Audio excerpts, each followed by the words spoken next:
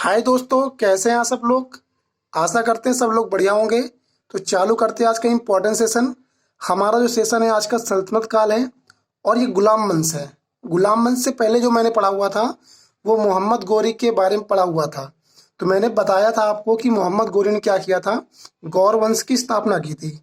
मैंने बता दिया था उसका एक छोटा सा राज था जिसमें 1173 ईस्वी में शहाबुद्दीन मोहम्मद गोरी के नाम से गौर का शासक बना।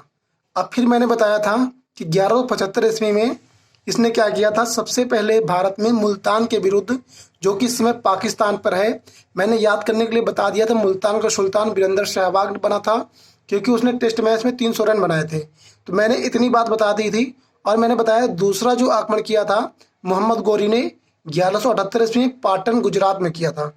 फिर मैंने बताया था पाटन गुजरात के जो राजा थे भीम सेकंड थे, उनके विरुद्ध किया था, जिसमें भीम सेकंड ने क्या किया था, मोहम्मद गोरी को हरा दिया था, बुरी तरह परास्त किया था। उसके द्वारा कुछ युद्ध लड़े गए थे। इस प्रकार वो लड़ते लड़ते क्या हुआ था, उसके पास से जो युद्ध लड़े गए थे वो तराइन का प्रथम युद्ध, तराइन का द्वितीय युद्ध और चंदावर का युद्ध होता है। तो प्रथम युद्ध गौरी और पृथ्वीराज चौहान के बीच होता है, जिसमें पृथ्वीराज चौहान क्या होती है, पृथ्वीराज चौहान की विजय हो जाती है। सेकेंड गौरी और पृथ्वीराज के बीच में होता है, जिसमें क्या होता है, गौरी जीत जाता है। और जो तीसरा युद्ध होता है चंदावर का युद्ध होता है 1194 ईस्वी में, जिसमें गौरी एवं जयचंद के बीच हुआ और गौरी विजय हो जाता है। इतनी बात मैंने बता दी थी आपको। और मैंने बताया था कि गौरी क्या करता है, जो विजित प्रदेश होते हैं वो अपने गुलाम को दे देता है और फिर क्या चलता है, गजनी चला जाता है। उसके बाद मैंने बताया था कि मोहम्मद गोरी की जो हत्या होती है 15 मार्च 1206 ईस्वी में कर दी जाती है। उसके बाद जो आता है ये आता है आपका सल्तनत काल। इतना मैंने पढ़ा दिया था। चालू करते हैं आज का सेशन। आज का सेशन में आपका स्वागत है। आप अपने कमेंट लिख कर जरूर बताएं कि कैसा लग रहा है आपको क्लास लेते समय, और चैनल को सब्सक्राइब करें, ज़्यादा से ज़्यादा शेयर करें और क्लास को लाइक करें। तो चालू करते हैं आज की क्लास। अगर आप T20 चैनल पर नए हैं, इस क्लास में नए हैं, तो चैनल को सब्सक्राइब कर लीजिए और लाइक कीजिए। तो मैं चालू करता हूँ आज क्लास सल्तनत काल, जिसमें गुलाम वंश की बात करने वाले हैं। जैसे कि आपने देख लिया इसमें कि गुलाम वंश की जो स्थापना हुई थी 1206 ईस्वी में कुतुबुद्दीन ऐबक ने की थी। तो मैंने आपको क्या बताया, एक एक पॉइंट को ध्यान देना है कि गुलाम वंश की स्थापना 1206 ईस्वी में कुतुबुद्दीन ऐबक करता है। फिर क्या हुआ, वो क्या था, कुतुबुद्दीन ऐबक ये क्या था, गौरी का गुलाम था। क्योंकि इस समय उसके पहले क्या था, गौरी वंश था, गौरी ने शासक किया था, उसका गुलाम कौन था, कुतुबुद्दीन ऐबक था। इतनी बात समझ में आ गई। तो फिर क्या हुआ, गौरी की मृत्यु हो जाती है तो उसका गुलाम क्या होता है, शासक बनता है। और इसने गुलाम वंश की स्थापना की। तो कह सकते हैं 1206 ईस्वी में कुतुबुद्दीन ऐबक ने स्थापना की किसकी, गुलाम वंश की। इतने पॉइंट समझ में आ गया, इतना पॉइंट समझ में आ गया। अगर बात करें गुलामों को फारसी भाषा में क्या कहा जाता है, तो याद कर लो, बदंगा कहा जाता है। ठीक है।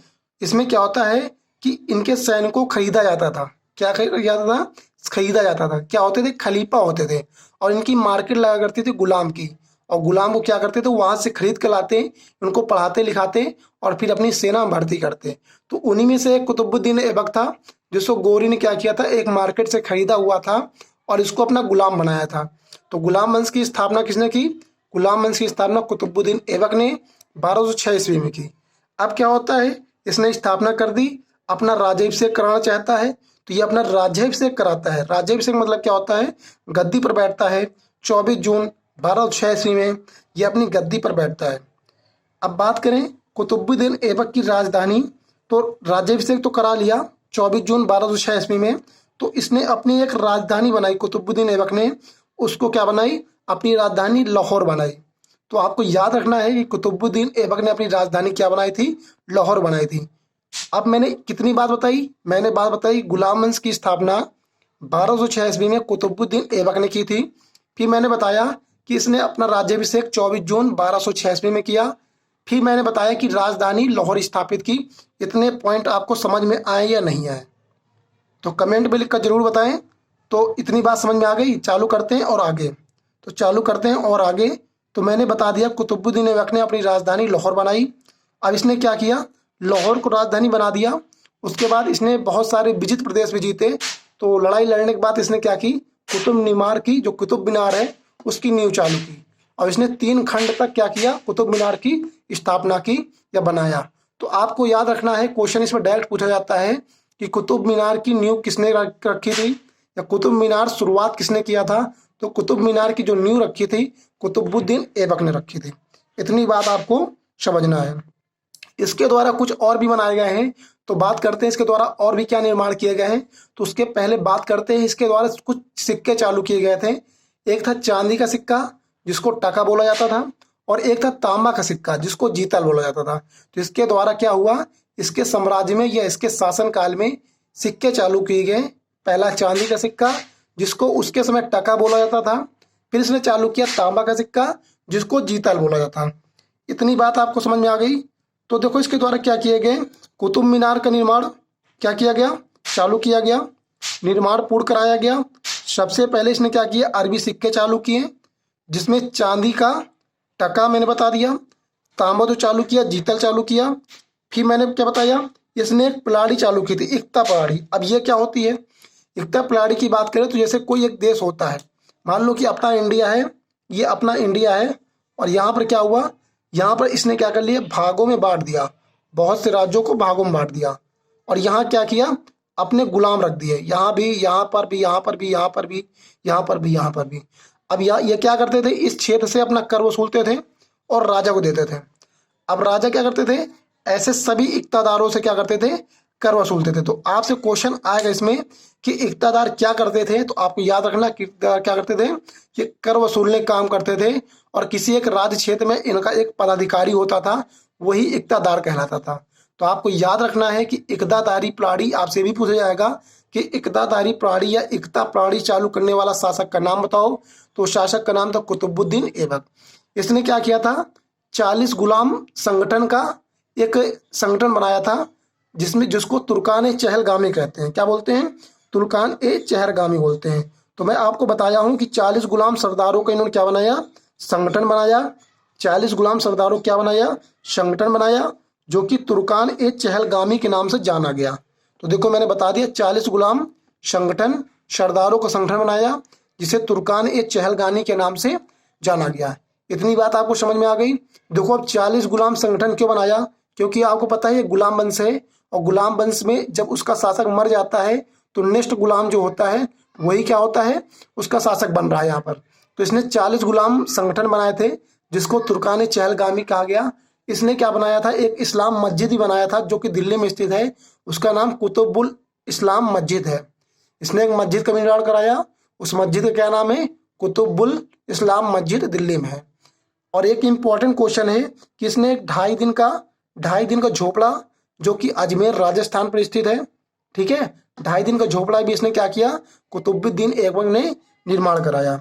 तो आपको याद रखना है कि 40 गुलाम सरदारों का संगठन बनाया, और क्या किया, इसने क्या किया, इसी ने क्या किया, सर्वप्रथम दिल्ली में अमीरों का दमन भी इसने किया, और दिल्ली में बनाया, मैंने क्या बताया, कुतुबुल इस्लाम मस्जिद दिल्ली में बनाया, और एक 2.5 दिन का झोपड़ा भी क्या किया, दिल्ली में ऐबक ने बनाया। तो इतनी बात आपको समझ में आ गई।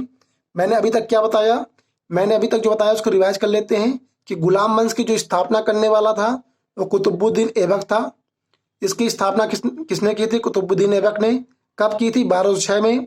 इसका राज्याभिषेक होता है 24 जून 1206 ईस्वी में।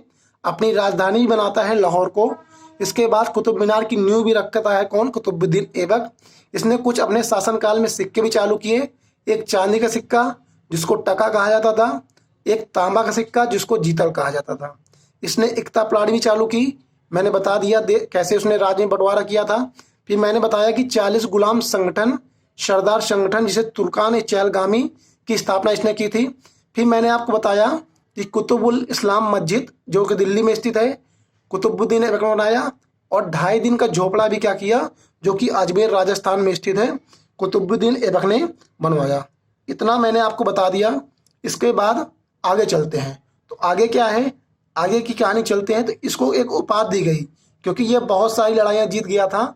तो लड़ाई जीतने के बाद क्या हुआ, बहुत सारा पैसा कमाया, बहुत सारा धन इकट्ठा किया और अपने सैनिकों को बंटवा दिया। जब सैनिकों को धन बंटवाया तो सैनिकों ने इसे एक उपाधि दे दी। वो उपाधि थी लाख बख्श। लाख बख्श मतलब लाखों को दान देने वाला।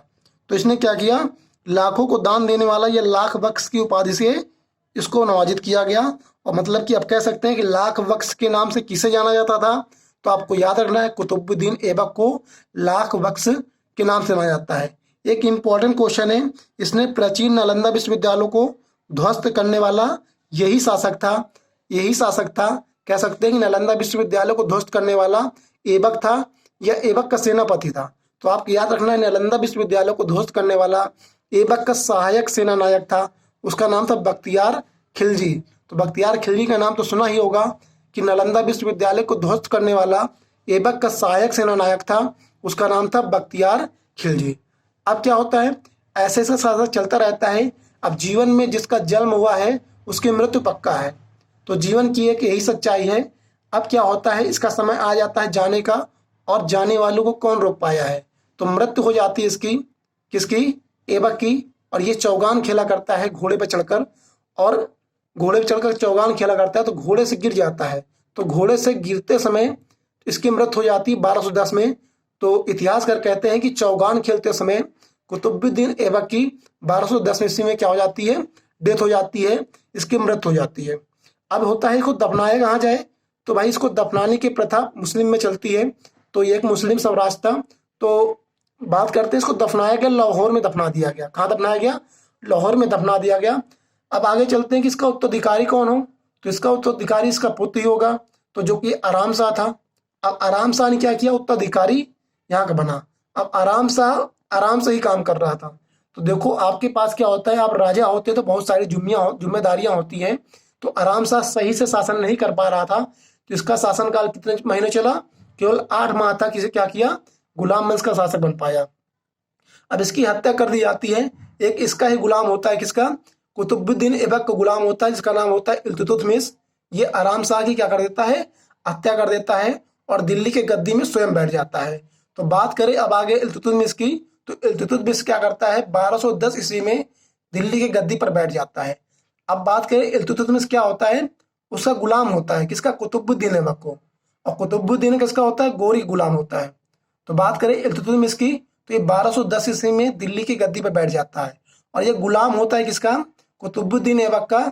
और इसकी एक लड़की होती है कुतुबुद्दीन ऐबक की, उससे ये शादी भी कर लेता है। तो मतलब ये गुलाम भी था उसका और दामाद ही बन गया। और उस समय जब क्या हुआ था, जब इसकी मृत्यु हुई थी, किसकी, जब मृत्यु हुई थी कुतुबुद्दीन ऐबक की, तो इल्तुतमिश उस समय बदायूं का गवर्नर था। आपको याद रखना है कि कुतुबुद्दीन ऐबक की जब मृत्यु हुई थी 1210 ईस्वी में, तो इल्तुतमिश बदायूं का गवर्नर था, जो कि उसका गुलाम था। अब गुलाम से दामाद बन गया। दामाद कैसे बन गया, अब उसके साथ रहता था, तो उसकी बेटी से क्या हो गया, इसका इश्क हो गया, उससे क्या हो गई, इसकी मोहब्बत हो गई। जब इससे मोहब्बत हो गई तो उससे शादी कर लेता है, और ये दामाद बन जाता है, गुलाम से दामाद बन गया, और 1210 ईस्वी में दिल्ली की गद्दी बैठता है। अब क्या होता है, इसने अपनी राजधानी क्या कर दी, चेंज कर दी। अब भाई शासक बन गया है, तो राजधानी चेंज करने का इसको पूरा अधिकार है। तो इसने अपनी राजधानी, इसको लाहौर अच्छी नहीं लगी, और दिल्ली राजधानी लेते आया। इसको क्या हुआ, तो राजधानी दिल्ली लेते आया। तो क्वेश्चन बहुत अच्छा बनता है कि दिल्ली राजधानी, लाहौर से दिल्ली चेंज करने वाला या पहले शासक का नाम बताओ जिसने राजधानी दिल्ली की थी। तो राजधानी को दिल्ली करने वाला इल्तुतमिश ही होता है। आपको याद रखना है, मोस्ट इंपॉर्टेंट क्वेश्चन है, बहुत सारे एग्जाम में आते हैं। तो बात करें अब आगे, तो इसमें क्या हुआ, अब एक एक ऐसा शासक था, ये केवल एक ये ऐसा शासक था जिसने क्या किया था, इल्तुतमिश ये पहला शासक था जो 1229 में बगदाद के खलीफा के सुल्तान पद की वैधानिक स्वीकृति प्राप्त की। मतलब कहने मतलब किससे पहले खलीफा हुआ करते थे, सुल्तान नहीं हुआ करते थे।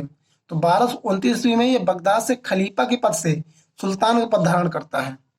तो इतना याद रखना है कि खलीफा से सुल्तान पद धारण करने वाला कौन था, इल्तुतमिश था। लाहौर से दिल्ली राजधानी स्थापित करने वाला कौन था, इल्तुतमिश था। इतनी बात आपको याद रखनी है। अब देखो इसने क्या किया, आगे क्या होता है, ये चलता रहता है, और अंततः इसकी क्या हो जाती है, मृत्यु हो जाती है। तो इसका जीवन भी ज्यादा दिन नहीं चल पाया, 1210 से 1229 तक देखो इसको जीवन काल चला, और 1236 में क्या हो जाता है, इसकी मृत्यु हो जाती है।